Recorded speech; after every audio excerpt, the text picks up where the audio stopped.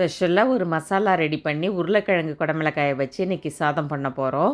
Lunch பாக்ஸுக்கு இது ஒரு பர்ஃபெக்ட் ரெசிபியாக இருக்கும். சூப்பரான இந்த ரைஸை எப்படி ரெடி பண்ணுறதுன்னு பார்க்கலாம். குக்கரில் எண்ணெய் சேர்த்து ஒரு டீஸ்பூன் பெருஞ்சீரகமும் கருவேப்பிலையும் சேர்த்து தாளிச்சுக்கோங்க. இது கூட 3 பெரிய சைஸ் வெங்காயத்தை ஸ்லைஸ் பண்ணி நல்லா வதக்கிக்கோங்க.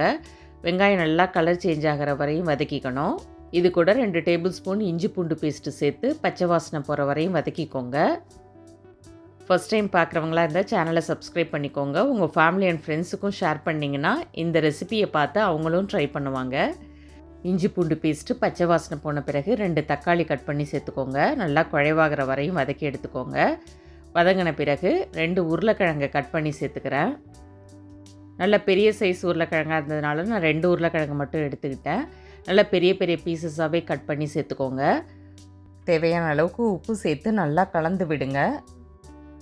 உருளைக்கிழங்கு ஓரளவு வதங்கின பிறகு குடமிளகாயை சேர்த்துக்கோங்க. ஒரே ஒரு குடமிளகாயை நல்லா பெரிய பெரிய பீசஸாக கட் பண்ணி சேர்த்துக்கிறேன். இதை அப்படியே மீடியம் ஃப்ளேம்லேயே வச்சுடுங்க. இதுக்கு ஒரு மசாலா ரெடி பண்ணிக்கலாம். கடாயில் கொஞ்சமாக எண்ணெய் சேர்த்து 1.5 டீஸ்பூன் மல்லி விதை, 3 வரமிளகாய் சேர்த்துக்கோங்க. இது கூட 1/2 டீஸ்பூன் மிளகும் 1/2 டீஸ்பூன் ஜீரகமும் சேர்த்துக்கலாம். 1.5 டேபிள் ஸ்பூன் அல்லது 2 டேபிள் ஸ்பூன் வேர்க்கடலை சேர்த்துக்கோங்க.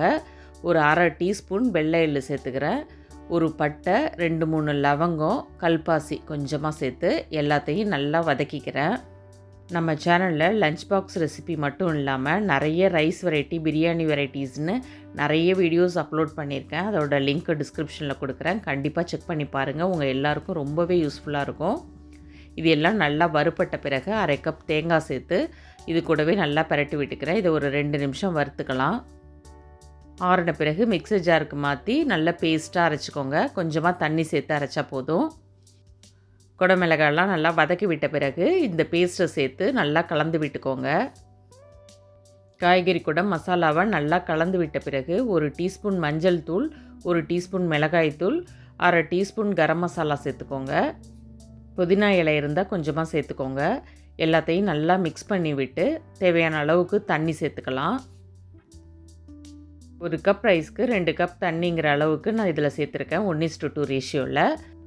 எல்லாம் நல்லா மிக்ஸ் பண்ணி விட்டு உப்பு பத்தலைன்னா இந்த டைமில் சேர்த்துக்கலாம். தண்ணி நல்லா கொதித்து வந்த பிறகு 10 நிமிஷம் ஊற வச்ச அரிசியை சேர்த்துக்கிறேன். நல்லா மிக்ஸ் பண்ணி விட்டு கடைசியாக கொஞ்சம் மல்லி இலை தூவி மூடி போட்டு வச்சிடலாம்.